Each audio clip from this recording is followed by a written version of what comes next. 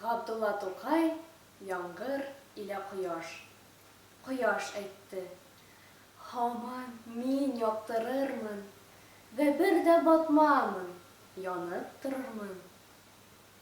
Диде яңгыр да: «Һәр көнне явармын, кара җирне юешләр, елгалармын». Кояш каршы диде: «Син бик юешле, явасың, былчыратып һәммә төшне.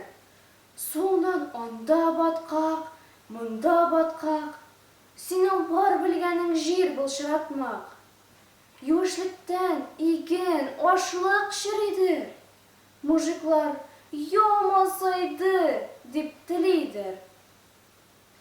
Диде яңгыр җавапта: «Син кызасың, игенне яндырасың һәм кырасың». Ачуланды кояш бу сүзгә, кызды, ачудан эсселектә хәттән узды.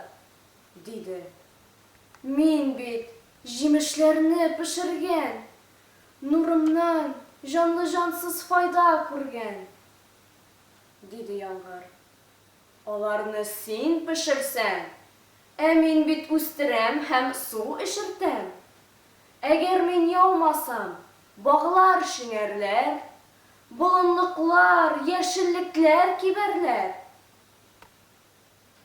Кояш яңгыр белән күп кычкырышкач, бере-берсен яманларга тырышкач, татулашты, килештеләр ахырда. Бу көннән сүз көрәштермәскә бүрде. Шулай бетте боларда сүз вә тартыш, күрергә булдылар нәүбәт белән эш. Кояш әйтте: «Кызам үз нәүбәтендә, ә син яу, рәхмәтеңлә нәүбәтеңдә». Кояш, яңгыр әле бу көнгә чаклы бозылып эш кылмыйлар бу иттифакны.